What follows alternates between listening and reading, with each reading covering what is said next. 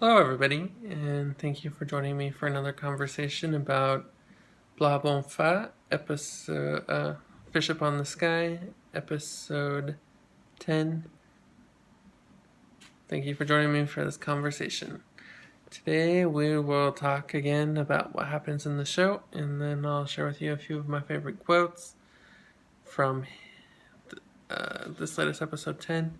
And again, I am on my last night of quarantine, and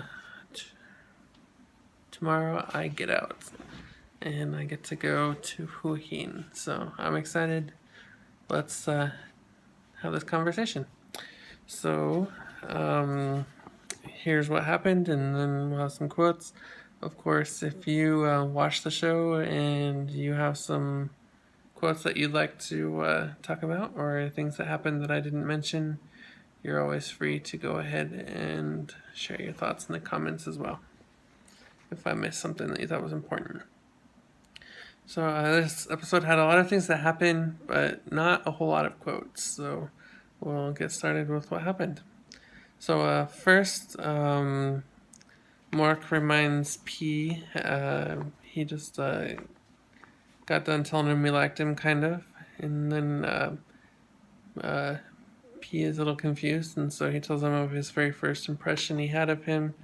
They met each other at a copy machine, and he couldn't get it to work, and P came and helped him, and that really stood out to him and made him happy, I guess. And so that's when he first met P and fell in love with him. Yeah, after he helped him, he walked off a little bit and saw him kind of getting bullied by some other people that are his classmates. And he felt bad for him, but then started kind of like watching him from afar and wanted to talk to him, but was too nervous.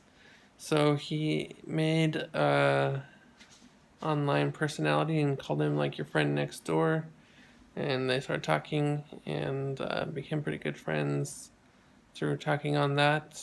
And he explained that he wanted to talk to him, but he couldn't, and so he used that online friend next door to get the conversations that he wanted to have with him.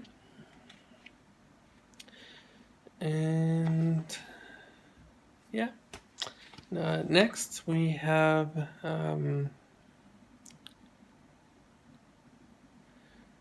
Mark explains to P exactly how he feels, and then P says that he needs some time. Asks P, how do you feel? What do you think? What do you think about me? And P says that he needs some time, and he leaves and he goes home. And then we switch to Duan and his friend Min.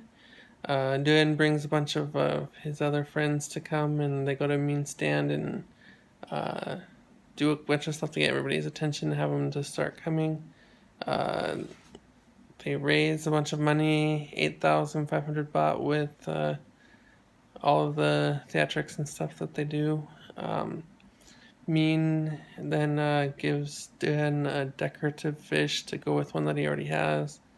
They then help clean up, and Min cuts his finger. Dan runs up to help him, and then everybody starts making fun of him for liking Min. Not like just like teasing him about it. And then we go back to Mork. Mork's at home, and he gets a phone call from P. P's at home. He gets a phone call from Mark asking him to go outside. P prints off a list of conditions for them to be together, and they basically just say that they're going to do a trial run first, kind of, and they have to keep it a secret until he's ready for everybody to know. So Mork agrees to their conditions, and then he gives a kiss to P. P tries to kiss him back, but Duan shows up, and so he tells Mork to go hide. Mork tries to hide. He goes inside their house and hides in their kitchen. So Duan doesn't find out about it. And then after he hides in the kitchen, he hides in their bathroom, then he hides in their bedroom, and then he hides in Duan's bed. And there's a lot of funny things that happen. and he doesn't get to leave the house until Dune falls asleep at 2 a.m. At 2 a.m. they sneak out and go to their fence, and Mork and P go out, sneak out at 2 a.m., but then Dune wakes up and sees them there and comes out to find out why Mork is bugging his brother at 2 a.m. In the morning, Dune and P are with each other a little bit, and then he leaves for school. He texts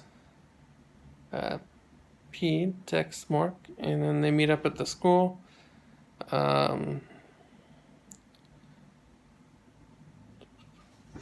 And somebody accuses them of dating, but they deny it. And then they go to class. When class gets off, Mork washes P's hands. And then Dune and Mean, we see them again. They're sitting together, and Dune's kind of staring at Mean. And Mean wants to know why, and he says that he thinks he's cute as he finishes assignments. And then they have a little cute moment with each other. Mean mocks Dune a little bit and makes him feel a little stupid, and then he goes up and gives him a hug. P then goes to the library with Mock, but they're on opposite sides of the shelf when they give each other a snack. And then they meet up outside and drink from the sing bottle and say that they're giving each other a kiss. So that's what happened in this episode. And then the quotes that I really liked. First we have one from P. He says, are you calling for your answer? You just asked today. And then Mork replied, yes, I'm in front of your house. And that's when Mork first came to his house. And then another good line from P is, from this point on, we're together. Don't be a jerk and hurt my feelings. And then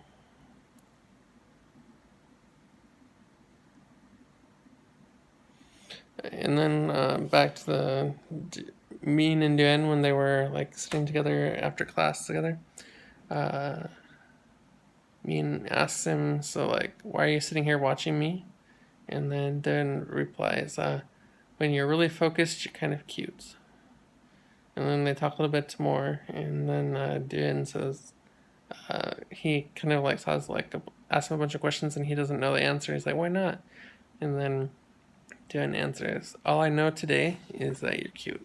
So that was some sweet moments from the show. I'm really enjoying the show. This last episode, like I said, had a lot of things happening, but not a lot of like quotes like the last one did. I'm excited to see what happens next. And if you would like to join my conversation and tell me what you think will happen next, leave me a comment. If you'd like to say what your favorite quotes are or some things that happened in the episode that I may have forgotten, you can add them as well. All right? Bye.